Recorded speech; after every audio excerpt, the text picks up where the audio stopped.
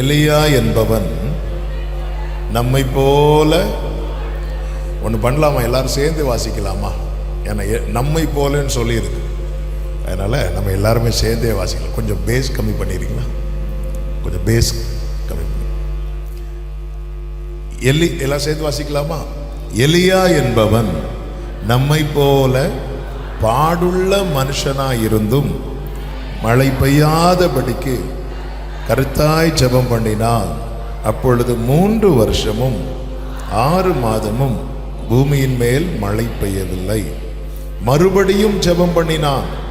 அப்பொழுது வானம் மழையை பொழிந்தது, பூமி தன் பலனை தந்தது. கரங்களை உயர்த்தி ஹல்லேலூயா. இந்த பகல் வேளையில் இங்கு பேசும்படி ஆவியானவர் சிந்தையிலே கொண்டு வந்த வார்த்தை எலியாவின் ஜெபம். உள்ள வரும்போதே பாஸ்டர் எலியாவை பற்றி தான் பேசிட்டே இருக்கிறாங்க. எலியாவை கர்த்தர் காகத்தை கொண்டு போஷித்தது. கர்த்தர் அதே செய்தியை அப்படி தொடர்ந்து பேச போறார். ஆமே, ஆட்கள் தான் மாறி மாறி நிற்போம், ஆவியானவர் ஒருவரே. கர்த்தர் நல்லவர். எலியா நம்மை போல பாடுள்ள மனுஷன். எலியா நம்மை போல பாடுள்ள மனுஷன். நாம எலியாவை போல ஜெபம் பண்றோமா? நான் அப்படி கேட்டுட்டே இருப்பேன். அல்லேலூயா. எலியா நம்மை போல பாடுள்ள மனிதன், நாமும் எலியாவை போல ஜெபிக்கிற மனிதன் அப்படி மாறணும். இப்ப நம்மை போல பாடுள்ள மனிதனால வானத்தை அடைக்கவும் முடிகிறது, வானத்தை திறக்கவும் முடிகிறது. Glory. ஒரு என்னை போல ஒரு மனுஷனால ஆண்டவராக இயேசு கிறிஸ்து வானத்தை திறக்கிறது, வானத்தை அடைக்கிறது வேற, அவர் தேவன். ஆனா என்னை போல ஒரு மனிதன் நினைச்சா வானத்தை அடைக்கிறார், நினைச்சா வானத்தை திறக்கிறார். ஆண்டவரே, இது எலியாவுக்கு மட்டுமா சாத்தியம்? இல்ல. கர்த்தர் தம்மோடு இருக்கிறவர்களை பார்த்து சொன்னார், பூமியிலே நீங்கள் கட்டப்படுகிறவைகள் எவைகளோ அவைகள் பரலோகத்திலே கட்டப்படும். பூமியிலே நீங்கள் கட்டவிழ்ப்பது எதுவோ அது பரலோகத்திலும் கட்டவிழ்க்கப்படும். பக்கத்துல பார்த்து சொல்லுங்க, நமக்கு சாத்தியம், நமக்கு சாத்தியம். ஆமேன் சொல்லுங்க பார்க்கலாம். இது பலத்தினால் அல்ல, இது பராக்கிரமத்தினால் அல்ல, என்னுடைய ஆவியினாலேயே ஆகும். ஆமென், ஆமென், ஆமென். வாக்கு தத்தங்கள் எல்லாம் ஆமென், ஆமென், ஆமென். இயேசு சொன்னதெல்லாம். எலியாவின் அறிமுகம் நமக்கு நன்றாய் தெரியும். 1 ராஜாக்கள் 17வது அதிகாரம் 1வது வசனத்திலே சொல்லப்பட்டிருக்கிறது. ஆகாபுக்கு முன்னாடி வந்து நிற்கிறார் எலியா. வந்து நின்று சொல்லுகிறார், என் வாக்கின்படியே அன்றி இந்த வருஷங்களிலே பனியும் மழையும் பெய்யாதிருக்கும் என்று இஸ்ரவேலின் தேவனாகிய கர்த்தருக்கு முன்பாக நிற்கிற நான் அவருடைய ஜீவனை கொண்டு சொல்லுகிறேன் என்கிறான். இந்த ஜெபிக்கிறவனுடைய அடையாளமே என்ன தெரியுமாங்க? அவன் கர்த்தருக்கு முன்பாக நிற்கிறவன். கர்த்தருக்கு முன்பாக. அதாவது எலியா தன்னை எப்படியெல்லாம் அறிமுகப்படுத்தி இருக்கலாம். நான் வரம் பெற்றவன், நான் இப்படி செய்தவன். இல்ல இல்ல, நான் கர்த்தருக்கு முன்னாடி நிற்கிறவன். கர்த்தருக்கு முன்பாய் நிற்பவன் என்பதின் அதனுடைய சரியான அர்த்தம் என்ன அப்படின்னா, கர்த்தருக்கு தன்னை மறைக்காதவன், கர்த்தரை தேட வைக்காதவன். ஏதேன் தோட்டத்திலேயே கர்த்தரை ஆதாம் தேட வைக்கிறான். ஆதாமே, நீ எங்க இருக்கிற? தோட்டத்துக்குள்ளதான் இருக்கிறான், ஆனா பார்வையில் இல்லை. சர்ச்சுக்குள்ளதான் இருப்போம், ஆனா கர்த்தர் தேடிட்டே இருப்பார் நம்மள. சில பிள்ளைங்களை பார்த்திருக்கீங்களா? கூட்டத்தில் காணாம போவாங்க, உள்ளதான் இருப்பாங்க, ஆனா பெற்றோர் தேடிட்டே இருப்பாங்க. ஏதேனுக்குள்ளேயே எங்க ஒரு விசை காணாமல் போன ஆடை போல இருந்தோம், தேடி வந்தார். அதே அதிகாரத்துல தான் ஒரு பையன் பிரிந்து போறான். தகப்பன் தேடி போகல, நீதான் தேடி வரணும். நான் ஆடா இருந்தேன், என்னை தேடி வந்தார், பார்த்தார், தொட்டார், தூக்குனார், தோல்ல வைத்தார். இதெல்லாம் என்னை பிள்ளையாக்குறதுக்காக செஞ்சது. பிள்ளையாக்கிட்டார். அதுக்கப்புறம் நான் பிரிந்து போனா தகப்பன் என்ன செய்வார்? கதவு ஜன்னலை ஓபன் பண்ணி வச்சு வெயிட் பண்ணிட்டு இருப்பார். நீ திரும்பி வரணும். நீ திரும்பி வர்றதுக்கு வாய்ப்பு இருக்கா? எஸ், தகப்பனுடைய அன்பு உன்னை சேர்க்கிறதுக்கு ரெடியா இருக்கு. அந்த இளையகுமாரன் குறைவுபட்ட போது தகப்பன் தேடி வரவில்லை. இளையகுமாரன் சாப்பாடு இல்லாத போதும் தகப்பன் தேடி வரவில்லை. ஆனா இளையகுமாரனுக்கு வேண்டிய எல்லாமே தகப்பன் வீட்டுல ரெடியா இருக்கு. தேவனுக்கு நாம் நம்மை மறைக்கிறவர்களாய் காணப்படவே கூடாது. வெள்ளிக்கிழமை மட்டும் என்னை காண்பித்து விட்டு, ஞாயிற்றுக்கிழமை மட்டும் என்னை காண்பித்து விட்டு, ஸ்பெஷல் மீட்டிங் வரும்போது மட்டும் என்னை காண்பித்து விட்டு போகிறதல்ல. கர்த்தருக்கு முன்பாய் நிற்பது என்னுடைய அடையாளமாய் இருந்தால் நான் ஆகாபுக்கு முன்னாடி கூட தைரியமா நிற்க முடியும். எந்த பாதையையும் தாண்டிடுவே, எந்த சூழ்நிலையும் மேற்கொள்ளுவே, உங்க கரம் இருக்க. ஆகாபுனா யாரு? ஒரு ராஜா. எவ்வளவு பாதுகாப்புக்குள்ள இருப்பார். ஒரு ராஜாவுக்கு முன்னாடி போய் நின்றுட்டு, ஏன் நான் சொல்லாம மழை பெய்யாது அப்படி சொல்லணும், எவ்வளவு தைரியம் வேணும். விசுவாச நம்பிக்கையெல்லாம் ரெண்டாவது, இந்த தைரியம் இருக்குல்ல, என்ன தைரியம் இது. இப்போ நம்ம மினிஸ்டர் முன்னாடி நம்ம சிஎம் பிஎம் இருக்காங்கல்ல, அவங்க கிட்ட போய் இப்படி சொல்லிட்டு வர முடியுமா? நான் சொல்லாம இந்த ஊர்ல ஒண்ணுமே நடக்காது. திருப்பி விடுவாங்களா நம்மள? அதுதான் நம்முடைய கடைசி வாக்கா இருக்கும். ஆமா, அன்னைக்கு அப்படி எத்தனை பேர் சுத்தி கண்ணோட நிப்பாங்க. அன்னைக்கு கண்ணு கிடையாது, கத்தி வாளோட நிப்பாங்க. எலியா தலை போற மேட்ரு இது. எங்க இருந்துங்க இந்த தைரியம் வருது? இந்த தேவனுக்கு முன்பாய் நிற்கிற அனுபவம் நம்முடைய வாழ்க்கை ஆயிட்டு வைங்களா, இல்லாத தைரியம் உள்ள வந்துடும். சோதோமின் ராஜா கிட்ட ஆபிரகாமுக்கு நோ சொல்ற தைரியம் இருந்துச்சு. சோதோமின் ராஜா வாரார், நோ வேண்டாம், அப்படி நோ சொல்றதுக்கு தைரியம் வேணும். நமக்கு எவ்வளவு சொந்தங்கள்ட்ட நோ சொல்ல முடியாம தவிக்கிறோம்ல. அதனாலதான் கைகள் ஏசாவின் கைகளும் சத்தம் யாக்கோபின் சத்தமாய் வாழ்ந்துட்டு இருக்கிறோம். இங்க வரும்போது அவருடையவர்களா இருக்கிறோம். ஏன்னா நிறைய பேர்கிட்ட நமக்கு நோ சொல்ல முடியல. நோ சொல்றதுக்கு தைரியம் வேணும்.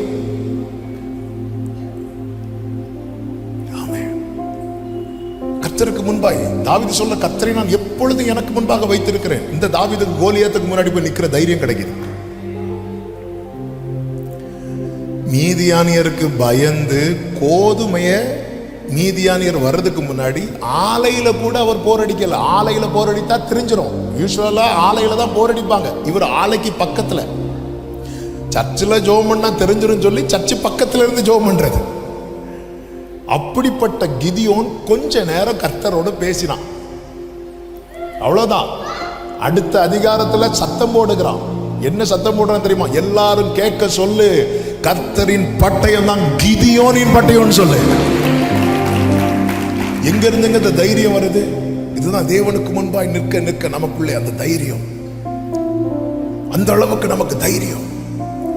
ஜெப ஜீவியம் நம்மில் தொய்ந்து போகும்போது நம்மோடு கூட அதோடு கூட எதுவும் தொய்ந்து போகும் தெரியுமா? தைரியம், நம்பிக்கை எல்லாமே தொய்ந்து போயிடும். அது நானா இருந்தாலும் சரிதான். நான் கர்த்தருக்கு முன்பாய் நிற்பதை என் அடையாளமாக்கி கொள்வேன். ஆனால்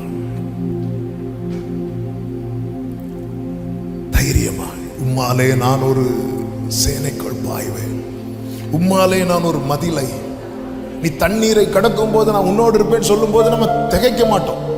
இப்படி ஒரு வாக்குத்தத்தம் ஒரு வாட்டி நான் படிச்சுட்டு இருக்கிறேன். நீ தண்ணீரை கடக்கும் போது நான் உன்னோடு இருப்பேன். ஆண்டவர்கிட்ட, நான் ஆண்டவரை தண்ணீரை கடக்க போறேன். நீ அக்கினியில் நடக்கும் போது வேகாதிருப்பாய். ஏன் ஆண்டவர், வேற பாதையே இல்லையா ஆண்டவரே?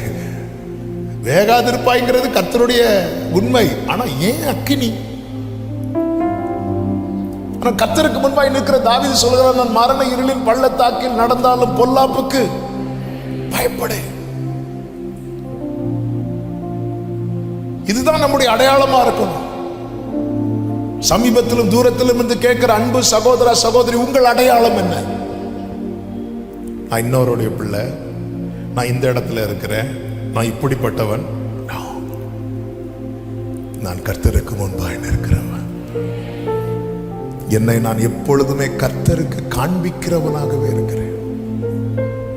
என்னை நான் எப்பொழுதும் கர்த்தருக்கு காண்பிக்கிறவனாகவே இருக்கிறேன். அப்படிப்பட்டவங்களை தாங்க ஆண்டவருக்கு வேணும். அப்படிப்பட்டவங்க தான் ஆண்டவருக்கு தேவை. எப்போதுமே நானாகவே வந்து நீர் எப்பொழுதுமே. அதனாலதான் இந்த எலியா ஒரு வாட்டி சூறை செடிக்கு கீழே போய் படுத்திருப்பார். ஆண்டவரால் தாங்க முடியாது. அந்த இடத்துல தூதனை அனுப்பி எழுப்பி கிளம்பு எலியாவே, உன் அடையாளம் என்ன எலியாவே? என் முன்னாடி வந்து நிக்கிறதானே, ஏன் இப்ப நிக்க முடியல? போத ஆண்டவரே, போத ஆண்டவரே.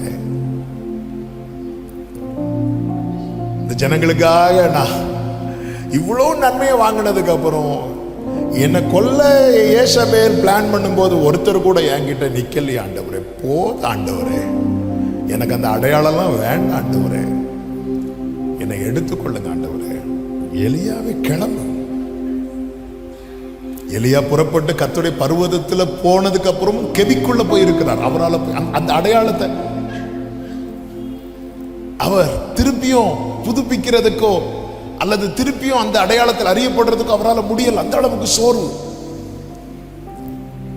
ஒரு தேவ பிள்ளைய போல சோர்ந்து போகிற, விசேஷமா ஊழியனா இருக்கிறதுனால சொல்றேன், இந்த ஊழியர்களை மாதிரி சோர்ந்து போற, ஏன்னா அந்த அளவு யார்கிட்ட போய் சொல்ல முடியும்? யார்கிட்ட போய் காட்ட முடியும்? ஆனா கர்த்தர் யார் தெரியுமா? எந்த இடத்துல யார் அனுப்பணுமோ, இந்த இடத்துல அவர் நினைச்சிருந்தா காகத்தை அனுப்பி இருக்கலாம். ஆனா இந்த இடத்துல சங்கீதத்தில் ஒரு வார்த்தை உண்டு, உன் வழிகளிலெல்லாம் உன்னை காக்கும்படி உனக்காக தூதர்களுக்கு கட்டளையிடுவார், ஆனா ஆபத்துன்னு வரும்போது நானே அவனோடு. என் தேவன் யார் தெரியுமாங்க?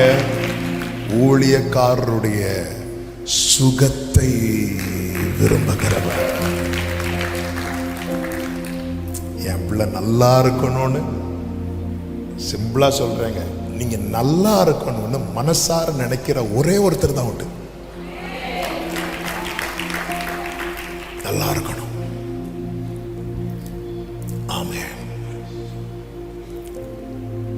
அதனாலதான் கர்த்தர் கொடுக்கிற ப்ராமிஸ், நான் உன் கூட தான் இருப்பேன், நான் உன்னோடு இருப்பேன். இயேசு கிறிஸ்து முதல்ல ஞானஸ்நானம் கொடுக்கிறார். அதுக்கப்புறம் சீஷர்களை வச்சு ஞானஸ்நானம் கொடுக்கிறார். இப்போ இயேசு கிறிஸ்து எடுத்துக்கொள்ளப்படுறார். சீஷர்களை வச்சு ஞானஸ்நானம் கொடுக்கும்போது சீஷர்கள் தண்ணியில் இறங்கி ஞானஸ்நானம் கொடுப்பாங்க. இயேசு கரையிலேருந்து பார்த்துட்டு இருப்பார்.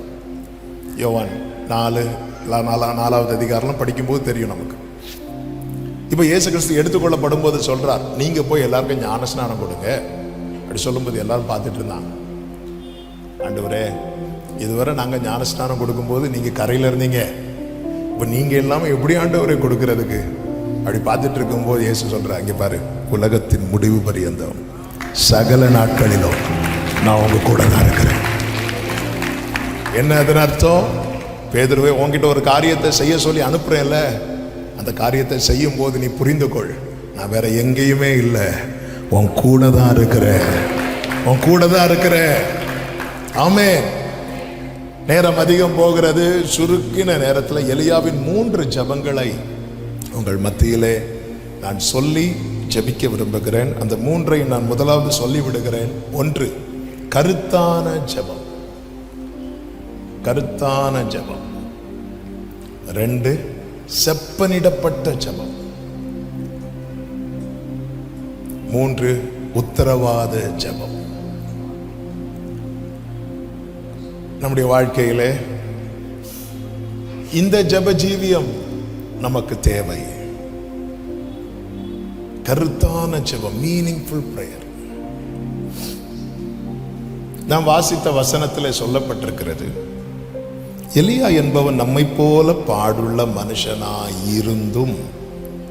அப்போ ஏன் அந்த நம்மை போல வேதத்தில் சொல்லப்பட்டிருக்கிற வார்த்தையை ஒன்னை கூட விடக்கூடாது. அது அர்த்தம் என்னன்னா, இதுல எக்ஸ்கியூஸே கிடையாது. என்னால முடியாது, அவங்களுக்கு தான் முடியுங்கிற பேச்சுக்கே இடம் கிடையாது. அடுத்த வார்த்தை கவனிங்க, மழை பெய்யாதபடிக்கு கருத்தாய் ஜெபம் பண்ணினான். நீங்க பழைய ஏற்பாட்டுல எலியா மழை பெய்யாதபடிக்கு ஜெபம் பண்ணதை எங்கேயாவது பார்க்க முடியுமா? மழை வர்றதுக்கு ஜெபம் பண்ணதை பார்க்க முடியும். ஆனா மழை வராம இருக்கிறதுக்கு எலியா எப்படி ஜெபம் பண்ணாருன்னு பழைய ஏற்பாட்டுல பார்க்க முடியுமா? பார்க்க முடியுமா? முடியாது. ஏன் முடியல தெரியுமா? எப்படி பார்க்க முடியும்? அவர் தான் கதவு பூட்டிட்டு ஜெபம் பண்றாரு. இதுதான் அந்தரங்க ஜெபம். அந்தரங்க ஜெபம். இந்த 3 வருஷம் எலியா என்ன பண்ணார் உலகத்துக்கு தெரிஞ்சது என்ன தெரியுமா? அவர் போய் உட்கார்ந்து இருந்தார், காகம் வந்துச்சு, சாப்பிட்டார். அதுக்கப்புறம் சாரிபாத் வீட்டுக்கு போனார், சாப்பிட்டார். இது மட்டும்தான். ஆனா மக்களுக்கு தெரியாத இன்னொரு பக்கம் இருக்கிறது. என்ன தெரியுமா? அவர் கருத்தாய் ஜெபிக்கிறவராயிருந்தார். நம்முடைய வாழ்க்கையின் அந்த அந்தரங்க ஜீவியத்துல ஜெப ஜீவியம் என்பது ரொம்ப மீனிங்ஃபுல்லா இருக்கணும். ரொம்ப மீனிங்ஃபுல்லா இருக்கணும். இந்த 3 வருஷம் ஜெபித்த எலியாதான் கர்மேல் பர்வதத்தில் நின்று ஜெபிக்கும் போது அக்கினி இறங்கினது. என்னுடைய அந்தரங்கத்திலே ஜெபமே இல்லாம நான் வெளியே வந்து எவ்வளவு சத்தம் போட்டாலும் நோ யூஸ். அதனாலதான் இந்த ஜெபத்துக்கு பேர் கருத்தான ஜெபம். எது கருத்தான ஜெபம் தெரியுமா? கேட்கப்படுகிற எல்லா ஜெபமுமே கருத்தான ஜெபம். இந்த 3 வருஷம் நமக்கு தெரிஞ்சது, எலியா சாப்பிட்டு இருந்தார், எலியா கேரி தாற்றண்டையில் ஒளித்திருந்தார், அங்கிருந்து இன்னொரு இடத்துக்கு போனார், அங்கிருந்து இங்க வந்தார். இல்ல, பைபிள் அழகா ரெக்கார்ட் பண்ணியிருக்கு. அவன் மழை பெய்யாதபடிக்கு. நமக்கு தெரிந்த ஜெபம் எலியாவின் வெளியரங்கமான ஜெபம். கர்மேல் பர்வதத்திலே உச்சியிலே மழை பெய்யும்படி அவன் ஜெபித்த ஜெபம். அப்ப அவனுக்கு நமக்கு தெரியாத ஒரு பிரேயர் லைஃப் எலியாவுக்கு இருக்கிறது. நம்ம ஜெபிக்கிறவங்கன்னு வெளியே தெரியுது, அவங்களுக்கு தெரியாத ஒரு ஜெப ஜீவியம் நமக்கு இருக்கணும். இது யாருக்கு இருந்தது என்றால் இயேசுவுக்கு இருந்தது. இது எல்லாருக்கும் தெரியாது, ஆனா சீஷர்களுக்கு மட்டும் தெரியும். எனவேதான் இயேசுவின் இடத்துல வந்து கேட்டாங்க, ஆண்டவரே ஜெபிக்க எங்களுக்கு சொல்லித்தாங்க. அவங்க எல்லாம் ஜெபிக்க தெரியாதவங்களா? எல்லாரும் ஜெபிக்க தெரிஞ்சவங்க தான். ஆனா இவர் சீக்கிரட்டா போய் ஜெபம் பண்றாரு, இருட்டோட இருட்டா எழுந்து போய் ஜெபம் பண்றாரு. இது யாருக்குமே தெரியாது. இரவெல்லாம் ஜெபம் பண்றார், இது யாருக்குமே தெரியாது. ஒரு மலையில பேதுரு, யோவான், யாக்கோபை கூட்டிட்டு போறார். அவங்க 3 பேரும் தூங்குறாங்க, இவர் இருந்து ஜெபம் பண்ணிட்டு இருக்கிறார். இதெல்லாம் பார்த்துட்டு தான் கேட்கிறாங்க, எங்களுக்கும் ஜெபிக்க சொல்லி கொடுங்க ஆண்டவரே. இவங்க பிரேயர் இவ்வளவுதான் அப்படின்னு தெரியுதுல்ல. மற்றவர்களுக்கு தெரியாத ஒரு ஜெப ஜீவியம் நமக்கு இருக்கணும். எனவேதான் இயேசு சொன்னார், நீயோ ஜெபம் பண்ணும் போது உன் வீட்டுக்குள் பிரவேசித்து உன் அறையை போட்டு, அப்பொழுது அந்தரங்கத்தில் இருக்கிற உன் பிதா வெளியரங்கமாய் உனக்கு பதிலளிப்பார். நல்ல கவனிங்க, மத்தேயு 6:6 இப்ப நான் சொல்லப்பட்ட வார்த்தை. நான் கதவை அடைக்கும் போது பிதா எங்க இருக்கிறாரா? அந்தரங்கத்தில் இருக்கிறார். அதன் அர்த்தம் என்னன்னா, நான் டோரை க்ளோஸ் பண்ணும்போது ஜெபிக்கணும்னு நான் கதவை அடைச்சிட்டேன்னா அந்த ரூமுக்குள்ள யார் இருக்கிறார்? பிதா இருக்கிறார். அதை நான் இப்படி சொல்ல விரும்புகிறேன், நான் கதவை அடைக்கிறது மேட்ரு கிடையாது, அவர் கூட இருக்கிறாராங்கிறத நான் கன்ஃபார்ம் பண்றது தான் மேட்ரு. நான் கதவை அடைச்சா கர்த்தர் என் கூட இருக்கணும். அப்படி இல்லைன்னா நம்ம கதவை அடைச்சா அடுத்த 10 நிமிஷத்துல கதவை திறந்து வெளியே வரும். நமக்கு என்ன ஓடாது தெரியுமா? ஜெபம் ஓடாது. இந்த எலியா கேரி தாற்றண்டையில் ஒளித்திருந்தாலும் அந்த இடத்துல ஒரு வார்த்தை உண்டு, கர்த்தருடைய வார்த்தை அவனுக்கு உண்டானது. அதன் அர்த்தம் என்ன? அவன் மறைந்திருந்தாலும் அவன் யாரோடு இருக்கிறான் தெரியுமா? கர்த்தரோடு இருக்கிறான். இந்த கருத்தான ஜெபம், நான் எதை கன்ஃபார்ம் பண்ணணும் தெரியுமா? கர்த்தர் இருக்கிறாரா, கர்த்தர் உடன் இருக்கிறாரா, நான் அதை உறுதிப்படுத்தணும். நான் உறுதிப்படுத்தாம கதவு போட்டு என்ன யூஸ்? எலியா அதை தான் உறுதிப்படுத்துகிறான். அதற்காக எலியா செய்தது என்ன? பாகாலுக்கு முட்டு மடக்கல்ல, பாகாலை முத்தமிடவில்லை. அவன் தனித்து தான் நிற்கிறான். அவன் அவருடையவனாக தான் எல்லா இடத்திலும் அறியப்படுகிறான். நான் போய் ஜெபிக்க அமரும் போது எனக்கு தெரியும், நான் போய் உக்காந்துட்டேன்னா என் அப்பா என் பக்கத்தில் வந்து உட்காருவா. நான் கண்களை ஏறெடுத்தா கர்த்தர் என்னை நோக்கி பார்ப்பார். நான் கையை உயர்த்தினா கர்த்தர் என் கையை பிடிப்பா. நான் அப்பான்னு கூப்பிட்டா என் பக்கத்துல துணையாய் வந்து நிற்பா. இந்த நிச்சயம் நமக்கு தேவை. இந்த நிச்சயம் இருந்ததுனால தான் எலியா சொல்றார், என் வாக்கின்படியே அன்றி. எல்லாருக்கும் முன்னாடி விசுவாசத்தில் அறிக்கையிட்டவன் யாருக்கும் தெரியாமல் அந்தரங்கத்தில் போய் 3 வருஷம் பிரேயர் பண்றான். கருத்தான ஜெபம். நானும் இயேசுவும். பிரியமானவர்களே, இந்த அனுபவம் நமக்கு இருக்கா? நிறைய பேருக்கு பாருங்க, இந்த ஃபேமிலி பிரேயரோட பிரேயர் முடிஞ்சிடும். சிலருக்கு பாருங்க, சர்ச்சில் இந்த பிரேயர் நடக்கும் தெரியுமா, அதோட முடிஞ்சிடும். இதை தாண்டி நாம் ஆராதிக்கிற தேவன் நம் கூடும்போது வருகிறவர் அல்ல, நம் கூடவே வருகிறவர். இது பல நேரத்தில் நமக்கு புரிகிறது இல்லை. நான் என் வீட்டுக்குள்ள என்ட்ராகும் போது நான் கதவை அடைக்கிறேன், பிரேயர் பண்றதுக்காக தனியா உட்காரும் போது கர்த்தர் என் கூட. யாக்கோபு எதுக்கப்புறம் அழ ஆரம்பித்தான் தெரியுமா? அவன் பிந்தி தனித்திருக்கும் போது கர்த்தர் அங்க வந்து இருப்பதை அவன் உறுதிப்படுத்தினதுக்கு அப்புறம் அவரோடு போராடினான் இருக்கு. அது வரைக்கும் உட்கார்ந்து தான் இருக்கிறான்.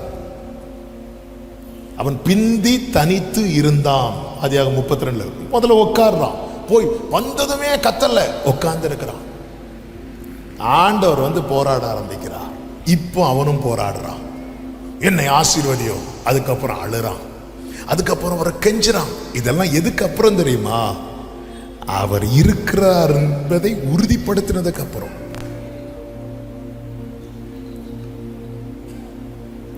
என்னைக்குமே நம்ம லைஃப் எப்படி இருக்கும்னு தெரியுமா? நம்முடைய சீக்ரெட் பார்ட் இருக்குல்ல நம்ம லைஃப்ல, அதுக்குள்ள யாரையுமே விட மாட்டோம். ஆனா அதுக்குள்ள ஜீசஸ் இருக்கணும். அப்படி நம்ம லைஃப் மாறிட்டுன்னா நம்மளாலே வானத்தை அடைக்க முடியும், வானத்தை திறக்க முடியும்.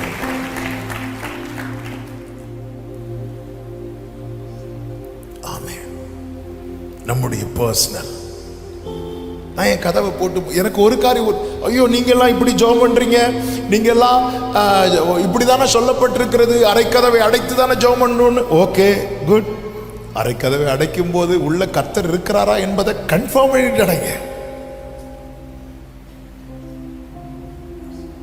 எங்க நம்ம ஒருத்தங்களுக்கு ஃபோன் பண்றோம், லைனே கிடைக்காம பேசி என்ன யூஸ்? லைனே கிடைக்கல, நம்பர் இருக்கு, டயல் பண்ணிடுறோம், டிப் டிப் டிப்னு ஒரு சவுண்டு மட்டும் கேட்குது. ஹலோ எப்படி இருக்கீங்க, நல்லா இருக்கீங்க பேசிட்டு இருந்தா என்ன யூஸ்? கருத்தான ஜெபம். நாம் ஜெபிக்கிறதை குறித்து கர்த்தர் சாட்சி கொடுக்கணும். பவுல் பாருங்க, தமஸ்குக்கு போகிற வழியில கர்த்தர் அவனை சந்திக்கிறான். அவன் கேட்கிறான், நான் என்ன செய்ய சித்தமா இருக்கு? நீ தமஸ்குக்கு போ, அங்க நான் உனக்கு சொல்றேங்கிறார். அவன் தமஸ்குக்கு போறான். 3 நாள் சாப்பிடாம இருந்தான், பைபிள்ல இருக்கு. இப்பொழுது கர்த்தர் அனனியா கிட்ட பேசுறார். பேசும்போது என்ன சொல்றாரு தெரியுமா? அப்போஸ்தலர் 9:11 அவன் இப்பொழுது ஜெபம் பண்ணுகிறான். Glory. அவன் ஜெபிக்கிறது அவன் யார்கிட்டையும் சொல்லல, ஆனா கர்த்தர் அதை சொல்றார் பாருங்க. அவன் இப்பொழுது ஜெபம் பண்ணுகிறான். எனவேதான் இந்த ராஜாக்கள் புஸ்தகத்துல எலியா சொல்லவே இல்லை, நான் 3 வருஷம் ரொம்ப கருத்தா ஜெபம் பண்ண சொல்லவே இல்லை. ஆனா கர்த்தர் அதை எழுதி வைத்தார். யாக்கோபை கொண்டு எழுதும் போது எழுதி வைத்தார். எல்லாரும் நினைச்சிட்டு இருக்கிறாங்க, எலியா 3 வருஷம் கேரி தாட்டடையில் உட்கார்ந்து சாப்பிட்டு, சாரிபாத் விதவின் வீட்டில் சாப்பிட்டு, இது மட்டும்தான் இல்ல. இது தெரிந்தது. தெரியாதது என்ன தெரியுமா? அவன் கருத்தாய் ஜெபித்தான். கர்த்தர் ஏன் கேரி தாட்டண்டையிலிருந்து சாரிபாத்தை கொண்டு போனார்?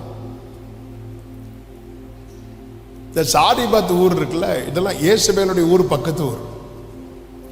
ஆண்டவர் இந்த கருத்தான ஜெபத்துல, இந்த அந்தரங்க ஜெபத்துல அவர் என்னென்ன செய்ய வைத்தார் தெரியுமா? எல்லா அந்நிய வல்லமைகளையும் டம்மியாக்கிட்டார். தாவீது கோலியாத்தோடு யுத்தம் பண்ணின மேட்டர் மட்டும்தான் நமக்கு தெரியும், ஊருக்கே தெரியும். ஆனா அந்தரங்கத்தில் அவன் சிங்கத்தோடும் கரடியோடும் யுத்தம் பண்ண வைத்தார். சில ஏரியாவுக்கு கர்த்தர் நம்மை கொண்டு போவார், நமக்கு புரியாது. ஆண்டவரே கேரி தாட்டண்டையில் போய் ஒளித்து கொண்டிரு. ஆண்டவரே இங்க ஒரு டீ கடை கூட கிடையாது. ஆண்டவரே இங்க என்ன இங்க கொண்டு வச்சிருக்கிறீங்க? கர்த்தர் தான் கொண்டு வந்தார் என்றால் போஷிக்கிறதுக்கு காகத்தை கர்த்தர் அனுப்புவார். நாம் ஆரம்பத்தில் கேட்டோமே, காகம் வந்து அப்பம் தரோன்னு யாராவது எதிர்பார்ப்பாங்களா?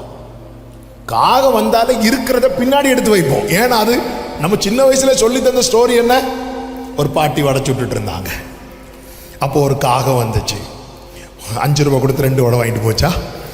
இல்லை, இருக்கிற உடைய இதுதான் நமக்கு ஊர் சொல்லி கொடுத்தது. ஆனா பைபிள் சொல்லி கொடுக்குது, பட்சிக்கிறவனிடத்திலிருந்து பட்சணத்தை நான் உனக்கு கொடுப்பேன். கேரி தாட்டண்டையில போய் எலியா நீங்க இருக்க காரணம் என்ன? இல்ல இங்கதான் காகம் வந்துச்சு. இல்ல இங்கதான் கர்த்தர் இருக்க சொன்னார். ஆண்டவர் இன்னைக்கும் காகத்தை கொண்டு போஷிக்கிறவர். எங்க அப்பா ஊழியத்துக்கு வந்த ஆரம்பத்தில் எங்க அப்பா தேவனை அறியாத குடும்பத்தில் பிறந்து வளர்ந்தவங்க. அந்த சீசன்ல அதே போல் அநேகரை ஆண்டவர் வந்து பிரித்தெடுத்தார். இப்போ எங்கள் அப்பாவுக்கு பைபிள் காலேஜில் படித்த ஃப்ரெண்டு ஒருத்தங்க ஒரு சாட்சி சொன்னாங்க. அவரும் இதே போல் நல்ல குடும்பத்தில் பிறந்து வளர்ந்தவர், தேவனை ஏற்றுக்கொண்டதுனால வெளியேற்றப்பட்டார். அப்போ ஒரு நாள் காலையில் அவருக்கு ரொம்ப பசியில் வந்து ஒரு பேக்கரி பக்கம் நடந்து போகிறார். நடந்து போகும்போது அப்போ தான் சுட சுட பன்னு இருக்குல்ல, பன்னை வந்து பேக் பண்ணி நேராக கொண்டு வைக்கிறாங்க. அந்த சுட சுட கொண்டு வைக்கும்போது நல்ல வாசனை இருக்கும். இவருக்கு பசி வேற, கையில் காசே கிடையாது. அந்த பேக்கரி கிட்ட போகும்போது அந்த வாசனை அவர் அப்படி நிற்க வைக்கிது. அவர் நின்று இப்படி வச்சுட்டு இருக்க, அட்லீஸ்ட் அந்த ஸ்மெல்லையாவது அப்படியாவது நம்ம கொஞ்சம் வயிறு நிறைக்கலாம். அப்படி இருக்கும்போது கொஞ்ச நேரம் அப்படி நின்று அப்படி இருக்கும்போது ஹோட்டல் ஓனர் பார்த்துட்டு கண்ணா பின்னாடி திட்டார்.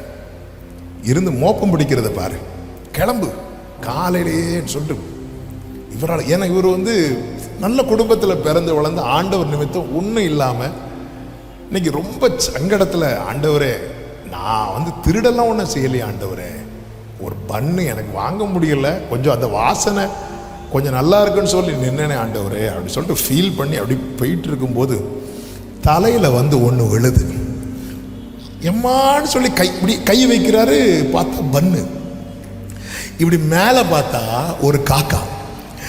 இந்த ஓனரு இவரை திட்டிட்டு இருக்கும்போது ஒரு காகம் ஓடி வந்து ட்ரேல இருந்து ஒரு பண்ணை தூக்கிட்டு அது போகும்போது இந்த ஓனர் என்ன பண்றாருன்னா காக்காவை விரட்டுறார். விரட்டினதும் பயந்து காக்கா என்ன பண்ணுதுன்னா பண்ணை கீழே போட்டுட்டு போயிட்டு இவர் பண்ணை எடுத்துட்டு, ஆண்டவர் நீர் எலியாவை மட்டுமல்ல என்னையும் போஷிக்கிற தேவன்.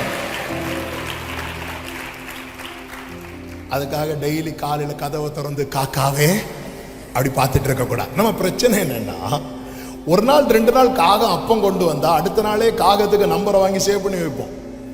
ஆண்டவர்கிட்ட இதே போல நிறைய காகங்கள் உண்டு.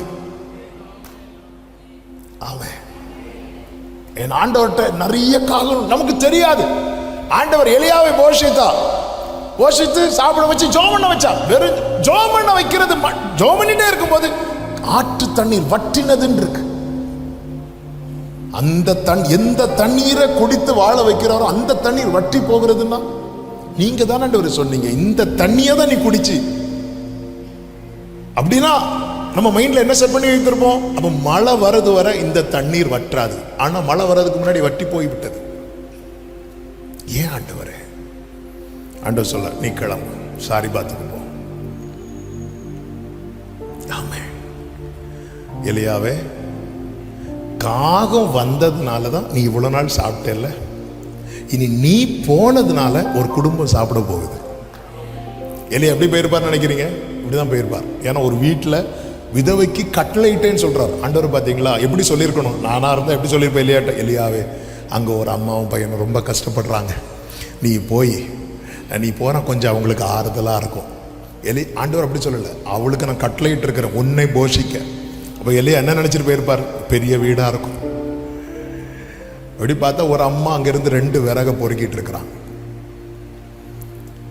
நீ போய் எனக்கு ஏதாவது சாப்பிட கொண்டு வா. இல்லையா, என்கிட்ட கொஞ்சம் மாவு கொஞ்சம் எண்ணெய் தான் இருக்கு, நானும் என் பிள்ளையும் சாப்பிட்டு சாக போறேன். எப்படியும் சாகதானே போற, அதை நீ முதல்ல எனக்கு கொடு. நமக்கு தெரியாது கர்த்தர் நம்மை நடத்துகிற விதங்கள். ஆமென். அந்த இடத்துல எலியாவின் நிமித்தம் மாவும் குறையல, எண்ணெயும் குறையல. ஆனா கேரி தாட்டண்டைகளை 3 நாளைக்கு சேர்த்து காகம் கொண்டு வந்து அப்பத்தை போடவில்லை. ஒரு வேளைக்கு தான் வரும், அடுத்த வேளைக்கு அது வந்தாதான் உண்டு. ஆனா சாரி பார்த்து வீட்டில் அப்படி கிடையாது. நாளைக்கும் தேவையான எண்ணெய் இருக்கு, பஞ்சகாலம் முழுவதுக்கும் தேவையானது என் ஆண்டவர் எப்படி வேணாலும் நடத்துவார். உங்களுக்கு இந்த அடுத்த நேரத்துக்கு மட்டும்தான் உங்க கையில இப்போ இருக்கும், அடுத்த நாளுக்கு இருக்காது. ஆனா இப்படி உங்க வாழ்க்கையை திரும்பி பாருங்க, இப்படிதான் இத்தனை வருஷம் நடத்தினார், குறைவில்லாம நடத்தினாரே. வஸ்திரம் பழசாக விடலையே, செருப்பு பழசாக விடலையே. எங்க நடத்துறது ஆண்டவருக்கு ஒரு மேட்டரே கிடையாது, விஷயமே கிடையாது. இந்த தேவன் என்றென்றும் உள்ள சதா காலமும் நமது தேவன், மரண பரியந்தம் நம்மை. 3 அனுபவங்கள் இஸ்ரவேலரை கர்த்தர் நடத்தினார். எகிப்தின் அனுபவம், வனாந்திர அனுபவம், கானானின் அனுபவம். எகிப்தின் அனுபவம் என்ன தெரியுமா? பிரயாசப்படுவாங்க, ஒன்றும் கிடைக்காது. வனாந்திர அனுபவம் என்ன தெரியுமா? அன்னன்னைக்கு உள்ளது அன்னன்னைக்கு காலையில கிடைக்கும், சேர்த்து வச்சாலும் கெட்டு போயிருது. கானானின் அனுபவம் என்ன தெரியுமாங்க? தலைமுறைக்கு வேண்டியது இருக்கும். உங்களை எகிப்திலிருந்து வெளியே கொண்டு வந்துட்டாரா, இப்போ வனாந்திரத்தில் நடக்கிறீங்களா? கவலைப்படாதீங்க, நாளைக்கு கானான். ஆமென். கர்த்தர் எவ்வளவு நல்லவர். நீதிமானுடைய சந்ததி அப்பத்துக்கு அலைந்து திரிய கர்த்தர் விடமாட்டார். அப்போ தேவன் நம்மை மறைத்து வைக்கிற காலம் சாதாரணமாக தான் இருக்கும். சாப்பாடுக்கே வழி இல்லாத நிலைமை கூட இருக்கலாம். ஆனா அந்த நாட்களிலே தேவன் நம்மிடத்தில் எதிர்பார்க்கிற விஷயம் என்ன தெரியுமா? கருத்தான ஜெபம்.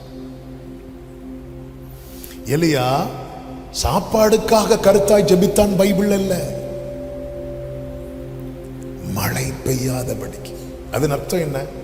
அவனுடைய தேவை அதிகம் இருந்தாலும் அவன் கர்த்தருடைய காரியத்துக்காக தான் அதிக நேரம் ஜெபிக்கிறதுக்கு அவன் டைம் ஸ்பெண்ட் பண்றான்.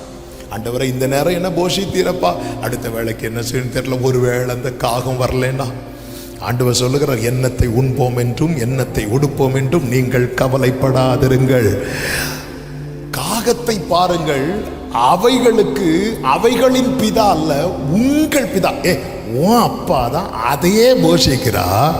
உனக்கு இன்னது தேவை என்பதை அவர் அறிந்திருக்கிறார். உண்மையிலே அதாவது தேவை பெருசா இருக்கும்போது நம்ம எதுக்காக ஊக்கமா ஜெபம் பண்ணுவோம்? ஆண்டவரே எனக்கு எப்படியாவதுப்பா இந்த இடத்துல, ஐயோ தண்ணீர் உடனே கண்ணை திறந்து பார்க்கும்போது தண்ணீர் இல்லை, அப்படி கிடையாது. கொஞ்சம் கொஞ்சமாய் வட்டி இருக்கும். கொஞ்சம் கொஞ்சமாய் வற்றி கொண்டு இருக்கும்போது சாரிபாத் வீட்டில் எண்ணெய் வற்ற ஆரம்பித்ததும் சாரிபாத் விதவை அடுத்து சாவுன்னு தீர்மானிச்சுட்டா. ஆனா எலியா அப்படி தீர்மானிக்கல. பாத்தீங்களா? எலியா அப்போ என்னதான் ஜெபம் பண்றாரு தெரியுமா? மழை பெய்யாதபடிக்கு. உண்மையில தண்ணீர் வற்றும் போது ஆண்டவரே நான் சொன்னதெல்லாம் வாபஸ் வாங்கிறேன் ஆண்டவரே, என் தீர்மானத்தெல்லாம் வாபஸ் வாங்கிறேன் ஆண்டவரே, எப்படியாவது இந்த மழை பெய்யக்கூடாது, ஜனங்கள் உண்மை அறியட்டும் ஆண்டவரே. நம்முடைய வாழ்க்கையில சில நன்மைகள் நம்ம நிறைய சபையில நிறைய காரியத்துல நம்ம ஈடுபடுத்தி கொள்ள நம்ம தீர்மானம் எடுத்து அர்ப்பணிப்போம். நம்ம லைஃப்ல சில குறைவுகள் வரும், உடனே நம்ம வெளியே வந்துடுவோமே. ஆமே, என்னங்க நீங்க அவ்வளவு இன்வால்வா நீங்க சர்ச்சில் பிரேயர் மினிஸ்ட்ரியில, சண்டே ஸ்கூல் மினிஸ்ட்ரியில, எவ்வளோ மினிஸ்ட்ரியில வாலண்டியரா வந்து எந்த எதிர்பார்ப்பு இல்லாம தேவனை மட்டும் முன்னிறுத்தி நிறைய காரியங்களை செய்ய முன் வந்தீங்க. இப்போ என்னாச்சு? இப்போ அந்த பிரச்சனை இந்த பிரச்சனை, எப்பெல்லாம் நான் இன்வால்வ் ஆகிறேனோ அப்பெல்லாம் ஃபேமிலியில ப்ராப்ளம், அந்த போராட்டம் இந்த போராட்டம், அதனால எதுக்கு பேசாம ஒதுங்கிடுறோமா?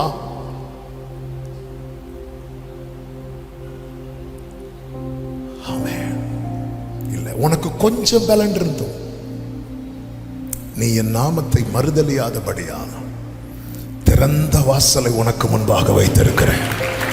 ஆண்டவர் அதை தான் பார்க்கிறார். ஆண்டவர் எலியாவிட்ட சொல்றார், உன்னை போஷிக்கும்படிக்கு நான் ஒரு விதவைக்கு கட்டளையிட்டு இருக்கிறேன் சொல்லும் போது, ஆண்டவரே அவ யாரு நான் யாரு? என்கிட்ட இல்லப்பா அவங்கள கொண்டு வந்து கொடுக்க சொல்லணும். எலியா சொல்லல, எலியாவுக்கு தெரியும் என் ஆண்டவர் ஒருபோதும் தீமை செய்கிற தேவன் அல்ல. எங்க சர்ச்சில் ஒரு பையன், அவன் பார்த்தீங்கன்னா அவனுக்கு அப்பா இல்லை, ரொம்ப ஒரு பாவப்பட்ட குடும்பம், படிச்சு முடிச்சுட்டான். அவங்க அம்மா கஷ்டப்பட்டு படிக்க வச்சுட்டாங்க, படிச்சு முடிச்சுட்டான். படிச்சு முடிச்சு வேலைக்கு ட்ரை பண்ண வேலை கிடைக்காது. ஒரு வாட்டி வந்திருந்த அழுறான், எங்க அழுறான். ஒரு இன்டர்வியூக்கு போறான், எல்லாம் கிடைக்குங்கிற எதிர்பார்ப்போடு போறான், கிடைக்கல. வேதனையோடு வந்துட்டான். சில மாதங்கள் கழித்து மீண்டும் சென்னையில் ஒரு இன்டர்வியூ ஆஃபர் வருது.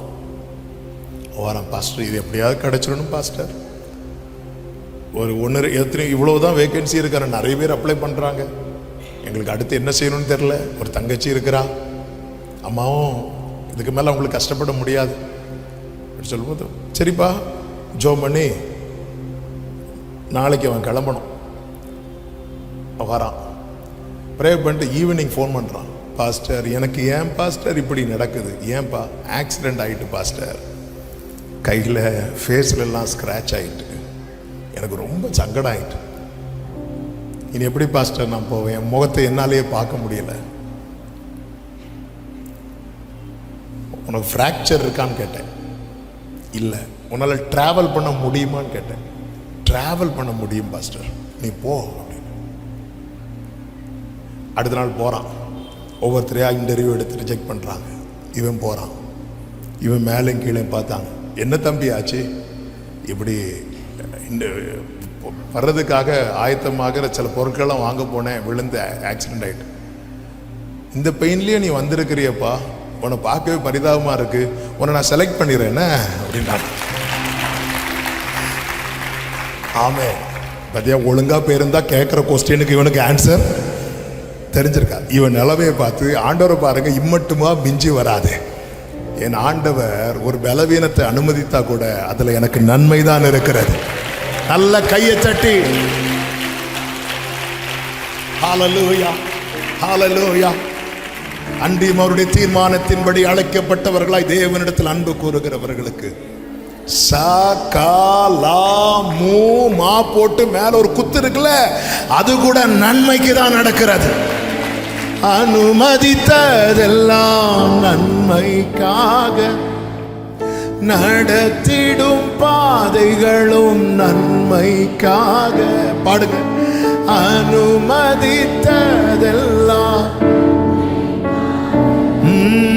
நடத்திடும் பாதைகளும், ஆமென். அதின் காலத்தில் நேர்த்தியாய் செம்மையாய் எனக்கான யாவும் செய்து முடிப்பேர். அதின் நேர்த்தியாய் செம்மையாய் எனக்கான யாவும் செய்து முடிப்பேர். உங்க கைகள் கூறுகவில்லை, உம்மால் கூடாது. ஓ ஜீசஸ், உங்க கைகள் ரதனலமசரே கூடாததெதுவும் இல்லை, உம்மால் கூடாததெதுவும்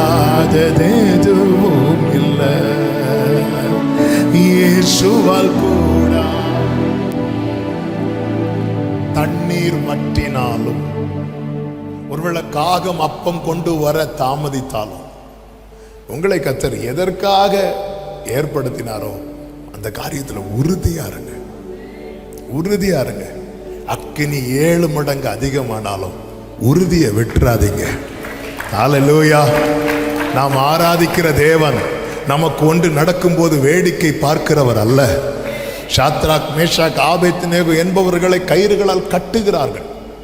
கட்டி அங்க இருந்த பெரிய பலசாலிகள் சிலர் வந்து அவர்களை தூக்கி கொண்டு போட்டார்கள்.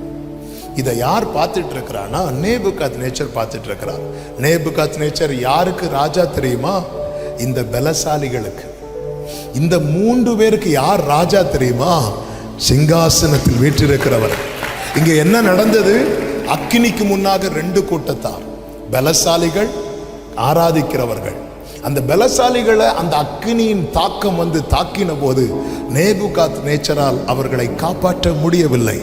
ஆனால் இந்த 3 பேரை அக்கினியில போட்ட போது அங்கே அவர்கள் ஆராதிக்கிற தேவன் அவர்கள் நடுவிலே வந்து நிற்கிறார். வெளியே இருந்து பார்க்கிற நேபுகாத்நேச்சர் சொல்றான், 4வது ஒரு ஆள் நிற்கிறார்னு. உள்ளே இருந்து கூப்பிட்டு கேட்கலாமா, அவர் 4வதா நிற்கிறவர் யாருன்னு? அவங்க சொல்லுவாங்க, 4வது இல்லை, அவர் தான் எங்களுக்கு ஃபர்ஸ்ட். அதன் அர்த்தம் என்ன? அவர் 4வது ஆளா வந்திருந்தா பாதியாவது கரிஞ்சிருக்கணும். ஆமென். இவர்களுடைய முடி கூட என்ன ஆகலையா? கருகல. அவங்க ட்ரெஸ் ஸ்மெல் பண்ணி பார்க்கறாங்க, அக்னியின் வாசனையே அங்க இல்ல. என்ன அர்த்தம்? கர்த்தர் உங்களை சில உபத்திரவத்தின் பாதையில் நடத்துகிறார் என்றால், நீங்க கால் வைக்கிறதுக்கு முன்னாடியே அங்க ஒருத்தர் நிற்கிறதை நீங்கள் காண்கிறீர்கள், நீங்கள் காண்பீர்கள். ஆமென் சொல்லுங்க பார்க்கலாம். நம்முடைய ஜெபம் தேவன் நம்ம ஏற்படுத்தி இருக்கிறார். ஆமென். உன்னுடைய தீர்மானத்தை எல்லாம் மாற்றாத. வாழ்க்கையில சில போராட்டங்கள், சில சூழ்நிலைகள் வரும்போது தீர்மானத்தை எல்லாம் மாற்றாத. ஆமென். நீ எதற்காக பிடிக்கப்பட்டாய் என்பதை அறிந்து கொள். உனக்குள்ளே தேவன் கொடுத்த, அதனாலதான் கேட்ட, அந்த ஆதி அன்பு எங்கே? ஆதி அன்புல கிரியை செய்யணும். அன்புல கிரியை செய்கிற விசுவாசமே உதவும். கர்த்தர் உங்களை இணைத்த சபையில எந்த அளவுக்கு நீங்க இன்வால்வ்டா இருக்கிறீங்க, எந்த அளவுக்கு நீங்க உங்களை விட்டு கொடுக்கிறீங்க. அது நான் இப்படி விட்டு கொடுத்த எங்க வீட்டு ஆற்று தண்ணீர் வற்றுது. ஆமென். ஹல்லேலூயா, ஹல்லேலூயா. எலியாவை பார்த்தீங்களா? ஆற்று தண்ணீர் வற்றினதை குறித்து உடனே பிரேயரை மாத்தல. ஆண்டவரே, என்னை இதுக்கு தான் ஜெபம் வச்சிட்டு இருக்கிறீங்க. நான் எதற்காக பிடிக்கப்பட்டேனோ? கருத்தான ஜெபம். கர்த்தர் சாட்சி கொடுப்பாருங்க. கர்த்தர் சாட்சி கொடுப்பார். டைம் வரும். நீங்க எத்தனை வருடப்பட்ட தெரியாது. தாவீது, நான் சிங்கத்தை கூட கரடி கூட எல்லாம் சொல்லும் போது யாருமே வகையை வைக்கல. தாவீது சிங்கத்தை கூட கரடி கூட ஃபைட் பண்ண சொன்னது தன் பெருமைக்கல்ல. அதுல என்னை தேவன் காப்பாற்றினார், இதுலயும் காப்பாற்றுவார் என்பதை எல்லாரையும் நம்ப வைப்பதற்காக. ஆனா மூத்த சகோதரன் கூட, ஏய் நீ திமிரு பிடிச்சவன். பாருங்க, ஒரு சாட்சி சொன்னதும் என்ன சொல்லிட்டாங்க? திமிரு பிடிச்சவன். உலகம் 1000 சொல்லும், அதுக்காக நீ சொல்ற சாட்சியை சொல்லாம இருந்துராத. ஆமென். ஒரு நாள் வந்தது, தாவீதே, இனி நீ சொல்லாத தாவீதே, ஜனங்க சொல்லுவாங்க, சவுல் கொன்றது 1000, தாவீது கொன்றது 10000. நம்முடைய அந்தரங்கத்துல நம்முடைய ஜெபம் ரொம்ப முக்கியம். 2வது, செப்பனிடப்பட்ட ஜெபம். 1 ராஜாக்கள் 18வது அதிகாரத்திலே அங்கே தெரியும், அக்கினினால் உத்தரவு அருளுகிற தேவனே தெய்வம் என்ற ஒரு சவால். இப்பொழுது பாகால் தீர்க்கதரிசிகள் நிற்கிறாங்க, கர்த்தர் சார்பில் எலியா மட்டும் நிற்கிறார். பாகால் தீர்க்கதரிசிகள் காலை முதல் மாலை வரை எவ்வளவோ சத்தமிட்டு பார்க்கிறார்கள், முடியவில்லை. ஒரு நிமிஷம் கவனிங்க. இப்படி ஒரு சேலஞ்சை நமக்கு முன்னாடி வச்சா எத்தனை பேர் அக்செப்ட் பண்ணுவோம்? நீ ஜோம் பண்ணா தீ வந்துட்டுன்னா நாங்க நம்புறோம் நீ ஆராதிக்கிற தேவன் பெரிய தேவன். அப்படி ஒருத்தங்க சவால் வைக்கிறாங்க, அக்செப்ட் பண்ணுவோமா? நான் அக்செப்ட் பண்ண மாட்டேன். ஆனா பாகால் தீர்க்கதரிசிகள் அக்செப்ட் பண்ணாங்க. பாத்தீங்களா? நம்ம பல பக்தி வைராக்கியத்தை மற்றவர்களிடத்திலிருந்து கற்றுக்கொள்ள வேண்டி இருக்கிறது. பாகால் தீர்க்கதரிசி அப்போ அவங்க இவ்வளவு கான்பிடென்டா சொல்றதுக்கு ரீசன் என்ன? ஏன்னா அவங்கள பொறுத்த வரைக்கும் இந்த பாகால் இருக்குல்ல, பாகால் தான் அக்கினியின் தேவன் என்று அவர்கள் வைத்து வழி. எனவேதான் பாகாலுக்கு தங்கள் மூத்த பிள்ளைகளை தீக்கடக்கம் பண்ணுவார்கள். அக்கினிக்கு ஒரு தேவன், மழைக்கு ஒரு தேவன். அதனாலதான் எலியா எல்லாத்தையும் ஸ்டாப் பண்றார். நீ மழைக்கு உன்னை வணங்கிட்டு இருக்கிறல்ல, நான் சொல்லாம வராது. ஏன்னா நான் ஜீவனுள்ள தேவனுக்கு முன்பாய் நிற்கிறவன். மழையோ அக்கினியோ அதுக்கு கண்ட்ரோல் ஜீவனுள்ள தேவனிடத்துல மட்டும்தான் இருக்கிறது. இவன் பாகால் தீர்க்கதரிசிகள் அக்செப்ட் பண்றாங்க, அந்த சேலஞ்சை அக்செப்ட் பண்ணி அவங்க சத்தம் போடுறாங்க எல்லாம் பப்ளிக்கா. அப்ப அவங்கள பொறுத்த வரைக்கும் அவங்க என்ன தீர்மானம், அந்நிய அக்னியாவது இறக்கிடலாம், அந்நிய அக்னியாவது இறக்கிடலாங்கிற கான்பிடென்ட்ல அவங்க ஜோம் பண்றாங்க. ஆனா இறக்க முடியல. ஏன் இறக்க முடியல தெரியுமா? அந்த மலையில ஒரு எலியா நிக்கிறான். உன் அந்தரங்க ஜெப ஜீவியம் கருத்தான ஜெபமா இருந்தா நீங்க இருக்கிற பட்டணத்துல அந்நிய வல்லமைகள் எல்லாமே செயலிழந்து போயிடும். இந்த கோயம்புத்தூர் பட்டணத்துல இப்படிப்பட்ட எலியாக்கள் தேவை, இப்படிப்பட்ட எலியாக்கள் தேவை. ஆமே. ஆனா என்ன ஒரு பரிதாபம்னா 450 1 இப்படிதான் இருக்கு கண்டிஷன். ஜனங்கள் எல்லாம் இருக்கிறாங்க, எலியாவின் பிரசங்கத்தை கேட்கிறாங்க, ஆனா பதிலுக்கு ஒரு ஆமேன் கூட போடாம கேட்டுட்டு இருக்கிறாங்க. இவங்க பாகால் தீர்க்கதரிசிகள் சொன்னாலும் கேட்பாங்க, எலியா சொன்னாலும் கேட்பாங்க. எலியா பார்த்தார், இது வேலைக்கு ஆகாது. இப்ப அவங்க டர்ன் முடியுது.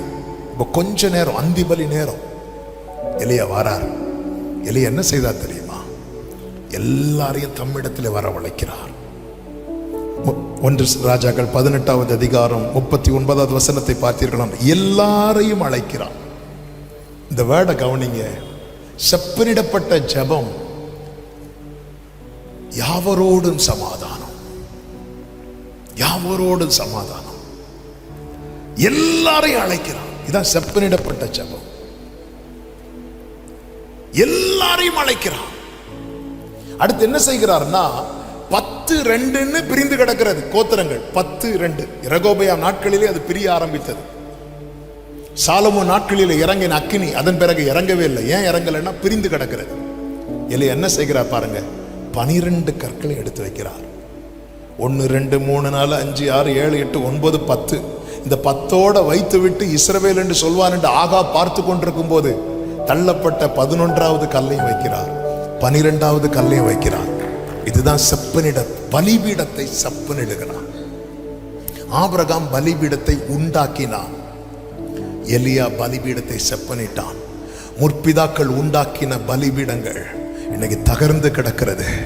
என கேட்கிற எலியாக்களே, அதை செப்பனிடவே கர்த்தர் உங்களை அழைத்திருக்கிறார். யாவரோடு சமாதானம். நீ காணிக்கை செலுத்த வரும்போது உன் பேரில் உன் சகோதரனுக்கு ஒரு குறை இருந்தா நீ அதை வச்சுட்டு, நீ அதை அங்கேயே வச்சுட்டு போ அப்படிங்கிறா. அதன் அர்த்தம் என்ன? நீ ஒப்புரவாகிட்டு வா, நான் வெயிட் பண்றேன்னு தானே அர்த்தம். நான் வெயிட் பண்றேன் ஆண்டவரே, டைம் ஆயிரும். ஒரு டைம் ஆகாது. என்னை விட பிஸி யாருன்னு கேட்கிறார் கர்த்தர். கர்த்தரை விட யாருங்க பிஸி? நம்ம இங்க குட் நைட் சொல்லும் போது அமெரிக்காக்காரன் குட் மார்னிங் ஜீசஸ்மா. ஆமா, இஸ்ரவேலை காக்கிறவர் தூங்க விட மாட்டான். அவர்கிட்ட சொல்ல, நான் வெயிட் பண்றேங்கிறார். நான் வெயிட். கிதியோன் சொல்றாருல, ஆண்டவரே நான் காணிக்கை எடுத்துட்டு வரதோட வெயிட் பண்ணுங்க, நான் வெயிட் பண்றேன். மனோவா சொல்றாருல, நான் போய் காணிக்கை எடுத்துட்டு வரதோட வெயிட் பண்ணுங்க, நான் வெயிட் பண்றேன். ஆண்டவர் காயினுடைய காணிக்கையை தள்ளவில்லை, அங்கீகரிக்கவில்லைன்னா இருக்கு. அங்கீகரிக்கிறதுக்கு சான்ஸ் கொடுக்கிறார். காயினே, இப்ப ஒரு பிரச்சனை இல்லை, நான் வாசப்படியில பாவம் இருக்கு பாரு, அது தூக்கி போட்டுருவான். நீ நன்மை செய்தால் உனக்கு மேன்மை இருக்கு. உனக்கு நீ ஒரு நன்மை செய். என்ன ஆண்டவர் நன்மை செய்யணும்? நீ திரும்பி போகும்போது செய்யணும்னு நினைச்சிருக்க பாரு சில காரியம். சர்ச்சுக்கு வரும்போது கழட்டி போட்டுருவார, திருப்பி போகும்போது அதை தூக்கி போடு. அவன் அங்கீகரிக்கிறேன். ஆண்டவர் வெயிட் பண்றார். டைம் ஆச்சுன்னு சொல்லி எலியா அவசரப்படல. எலியாவுக்கு தெரியும், நான் இந்த பலிபீடத்தை செப்பனிடாம எவ்வளவு கத்துனாலும் ஆன்சர் வராது. ஆனா என்ன ஒரு ஆச்சரியம் பாருங்க, நீங்க பலிபீடத்தை செப்பனிட்டுட்டீங்கன்னா உங்க ஜெபம் சுருக்கமா இருந்தாலே பதில் ஹெவியா இருக்கும். அந்த இடத்துல எலியா வந்து பெரிய வார்த்தைகள்லாம் மேக்சிமம் 42-45 வார்த்தைக்குள்ளதான் சொல்லியிருப்பார். நீங்க வீட்டுல போய் கவுண்ட் பண்ணுங்க, 40-50 தான் வார்த்தைகள் இருக்கும். அதுக்குள்ளவே அக்கினி இறங்கிட்டு, ஆண்டவரை இவ்வளவு ஆண்டவர், நான் எவ்வளவு கத்தியும் அக்கினிக்கு போயிட்டு ஒரு சூடு கூட, கோயம்புத்தூர் சூடு அது வேற, நான் அதை சொல்லல. நான் எவ்வளவு ஆண்டவர், நீ பலிபீடம் செப்பனிடாம.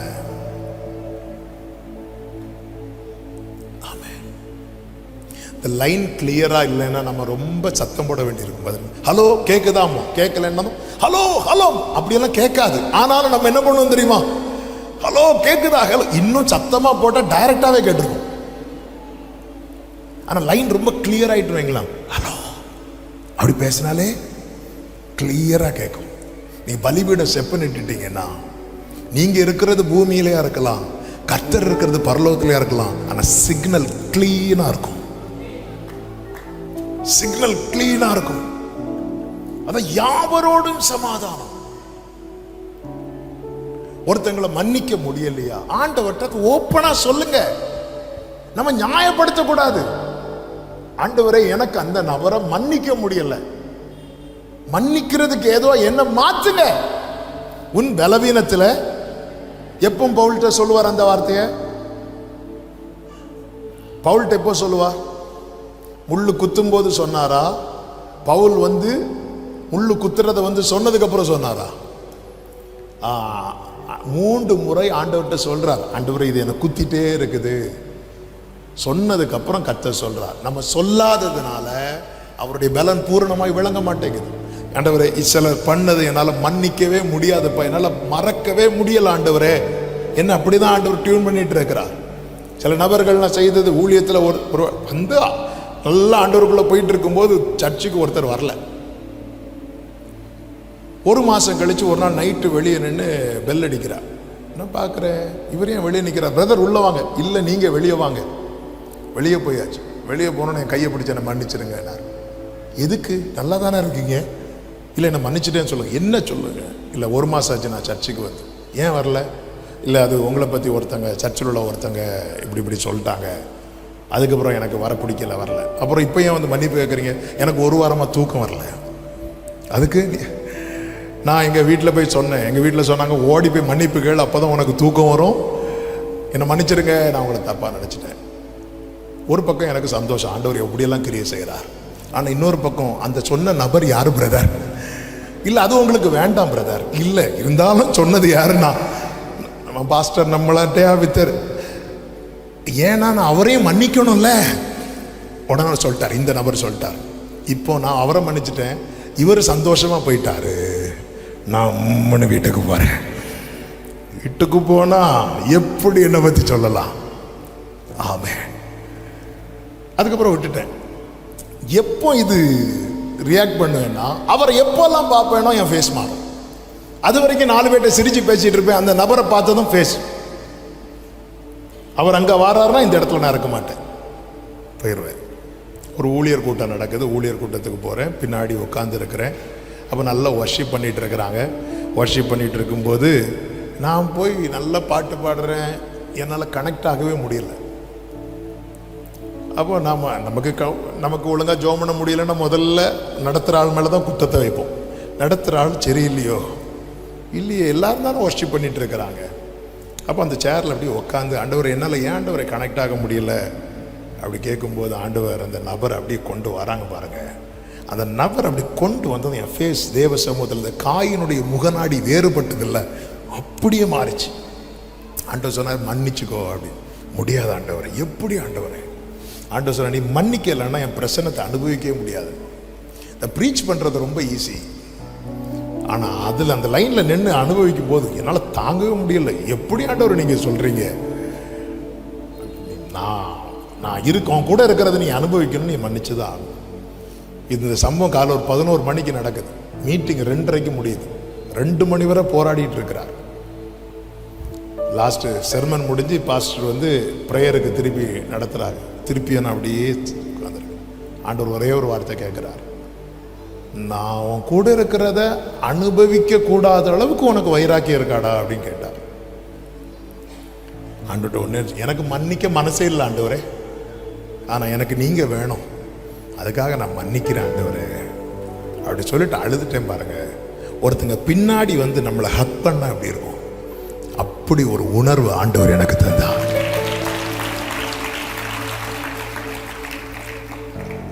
நம்ம பலிபீடத்தை செப்பனிட்டுட்டோன்னு வைங்கள, நம்ம பிள்ளைகளுக்காகலாம் ரொம்ப அழுது ஜெபம் பண்றோமே, பலிபீடம் செப்பனிடாம இந்த கண்ணு ஆக்சுவலாக இதெல்லாம் நம்மளால டைஜஸ்ட் பண்ணவே முடியாதுல்ல.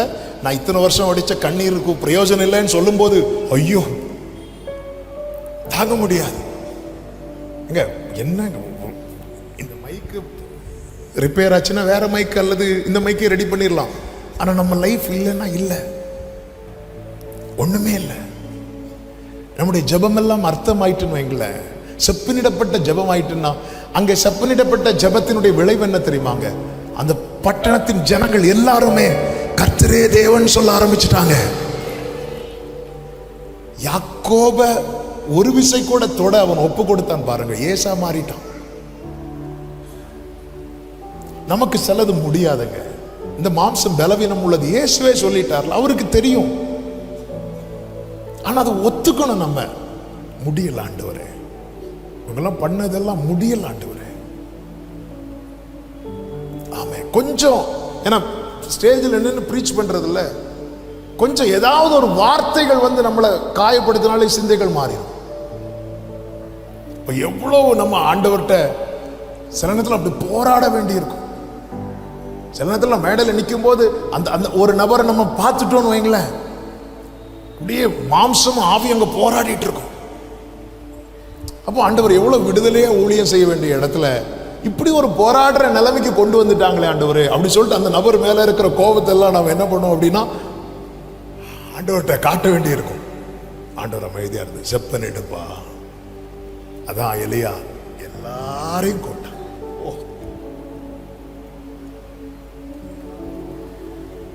செப்பனிடப்பட்ட ஜெபம். மூன்றாவது உத்தரவாத ஜெபம். என்ன உத்தரவாத ஜெபம்? எலியா எல்லாருக்கும் முன்னாடி சொல்லிட்டு போனார், என் வாக்கின் படியே அன்றி மழை பெய்யாது. ஒரு சத்தியத்தை கேளுங்கள். சில சூழ்நிலைகளை கர்த்தர் உங்களை தான் உத்தரவாதம் எடுக்க வைக்கிறார் என்றால், அந்த 1 ராஜாக்கள் 18வது அதிகாரத்தில் 2 நபர்கள் சொல்லப்பட்டிருக்கிறது. ஒன்று ஒபதியா, நன்மை செய்கிறவன். இன்னொன்று ஆகாப், தீமை செய்கிறவன். நன்மை செய்கிறவனுக்கும் மழை கர்த்தர் உங்க மூலமா தான் கொடுக்க விரும்புகிறார். தீமை செய்கிறவனுக்கும் மழையை கர்த்தர் உங்க மூலமா தான் கொடுக்க விரும்புகிறார். அதாவது நம்மளை துன்பப்படுத்துறாங்க தெரியுமா, அவங்களுக்கும் ஆசீர்வாதமா கர்த்தர் நம்மை தான் வைத்திருப்பார்.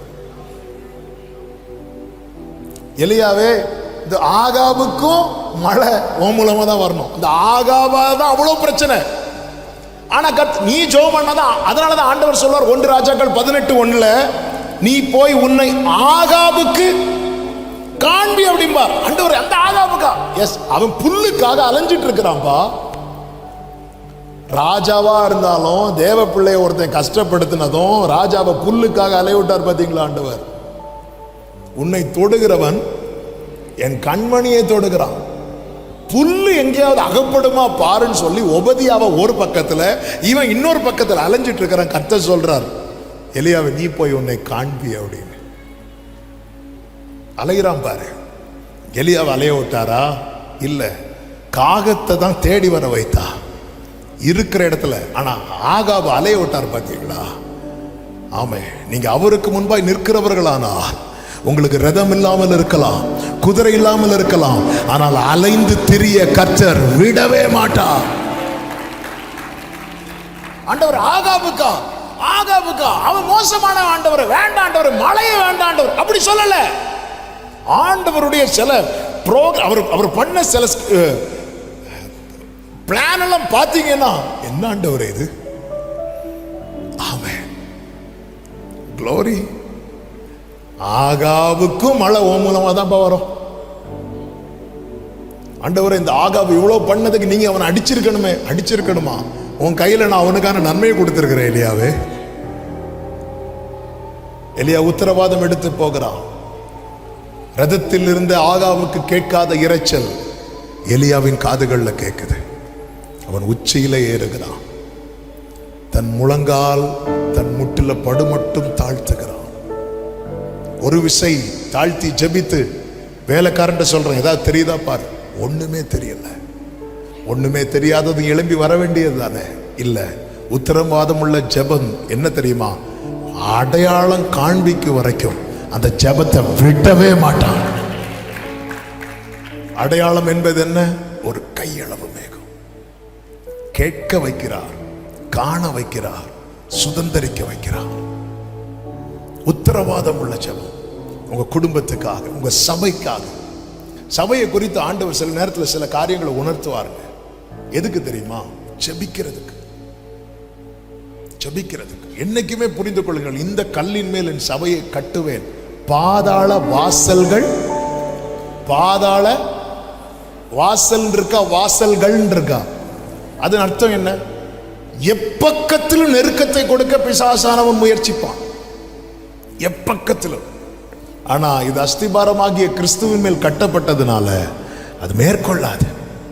உனக்கு விரோதமாய் உருவாக்கப்படும், அப்போ ஆயுதங்கள் உருவாக்கப்படும், ஆனா வாய்க்காது. இருக்குது. அதனாலதான் எலியாவை பார்த்தீங்களா, செப்பனிடும் போது பலிபீடம் அவன் மட்டும்தான் நிற்கிறான். ஆனா செப்பனிடும் போது எல்லாரும் வாங்கன்னு சொன்னதும் எல்லாரும் வந்துட்டாங்க.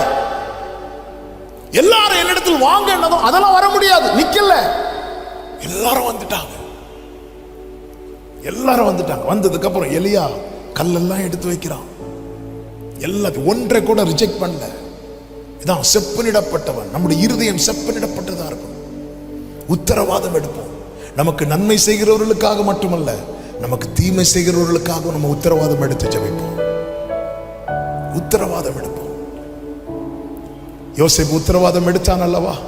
ராஜா கிட்ட பேசி, இவங்க தான் என்ன குழியில தூக்கி போட்டாங்க, இவங்களை அப்படியே செய்வோம்னு சொன்னாரா? இல்ல, இவர்கள் என்னுடைய சகோதரர், இவர்கள் கோஷே நாட்டிலே குடியிருக்கட்டுமா? உத்தரவாதம் எடுக்கிறா. எலியாவும் நம்மை போல பாடுள்ள மனுஷன். நாமும் எலியாவை போல கருத்தான ஜெபம், செப்பனிடப்பட்ட ஜெபம், உத்தரவாதம் உள்ள ஜெபம் எடுப்போம். ஹல்லேலூயா. நம்ம இப்படிப்பட்ட நிலையிலே நம்முடைய வாழ்க்கை தொடருமானால் நம்மை தேவன் எடுக்கும் ஒரு நாள் வரும். அன்று அதுவரை நாம் போர்த்திருந்த சால்வை எடுப்பதற்கான எலிசாக்களை கர்த்தர் இந்த பூமியிலே கொண்டு வந்து நிற்க வைப்பார். நம்முடைய ஓட்டம் பாதியிலே முடியவர் விட மாட்டார்.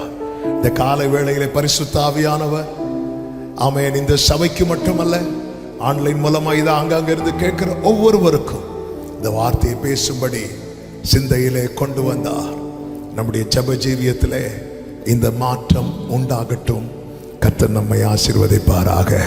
எல்லாரும் எழுந்து நிற்கலாமா? ஹல்லேலூயா, ஹல்லேலூயா, ஹல்லேலூயா. உடைத்தீ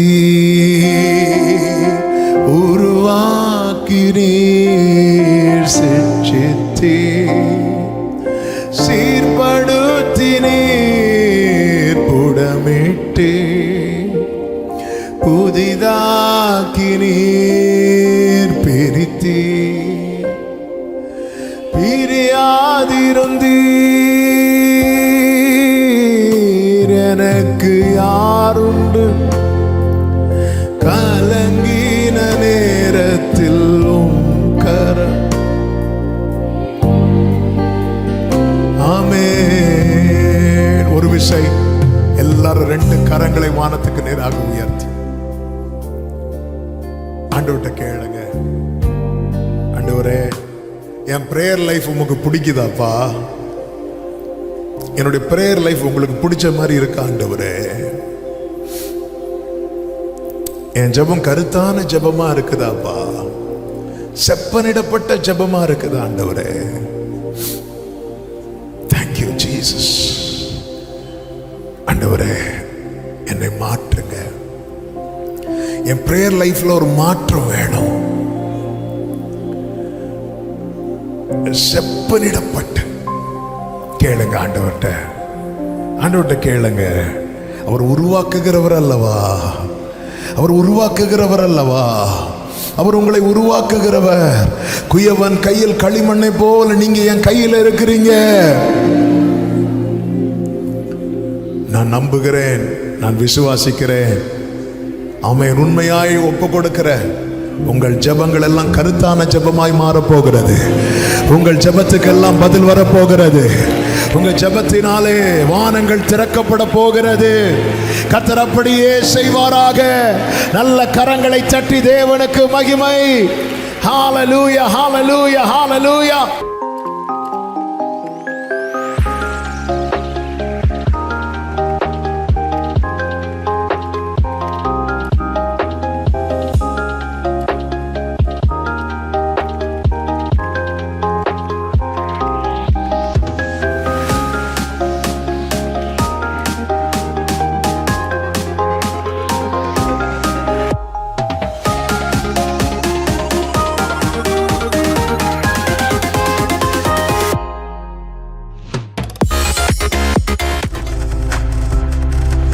நீங்கள் பார்த்து கொண்டிருப்பது உங்கள் ஜாய் டிவி. உங்கள் துக்கம் சந்தோஷமாய் மாறும்.